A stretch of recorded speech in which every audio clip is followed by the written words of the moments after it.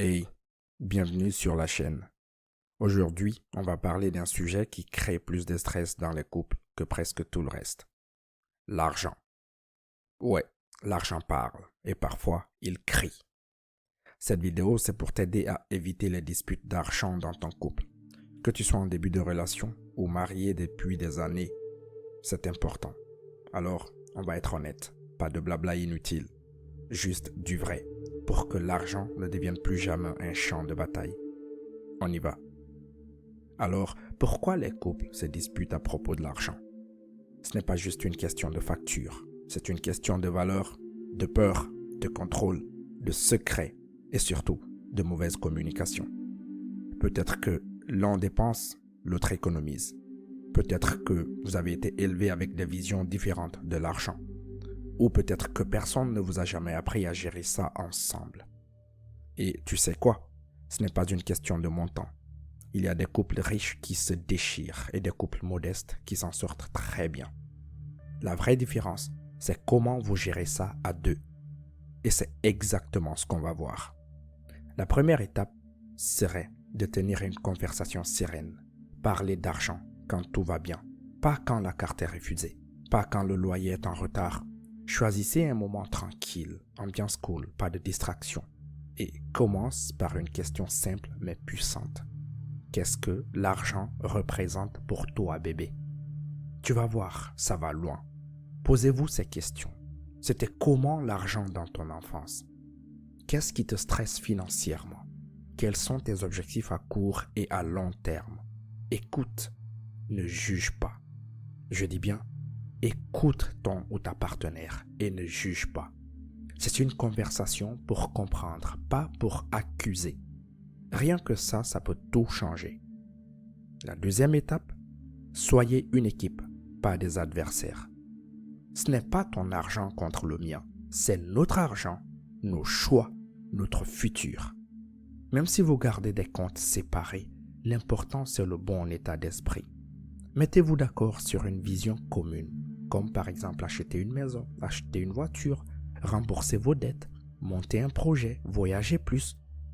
Créez un plan financier qui reflète vos valeurs, pas juste des règles imposées de l'extérieur. Quand vous avancez ensemble dans la même direction, il y a moins de tension, plus de confiance.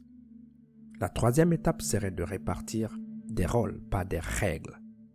Répartissez les rôles, mais clairement. Chaque couple est différent. Peut-être que l'un gère le budget au quotidien, l'autre les gros projets. C'est OK si vous êtes d'accord tous les deux.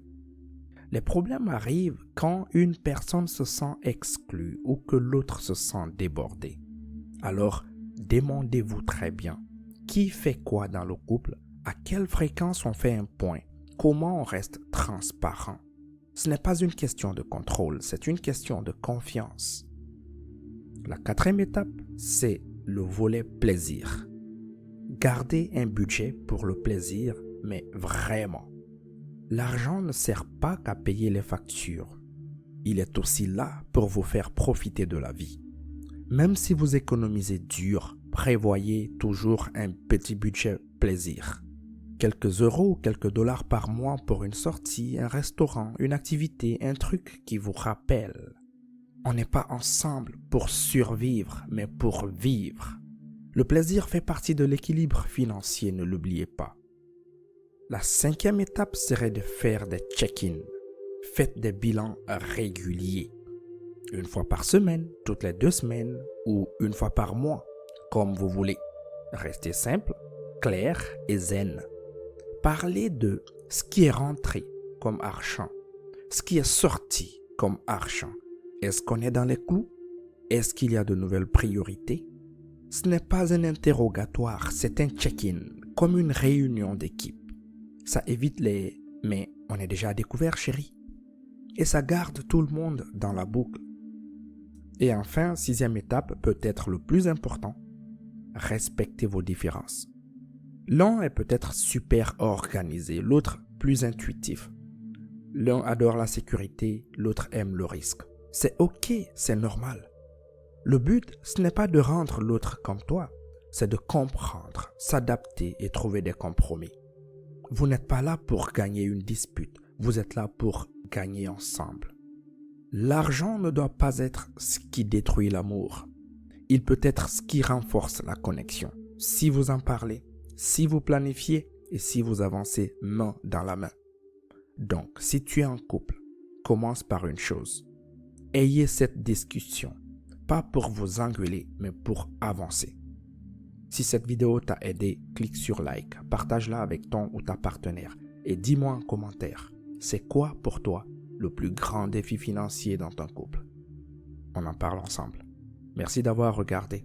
Prenez soin de votre argent et l'un de l'autre.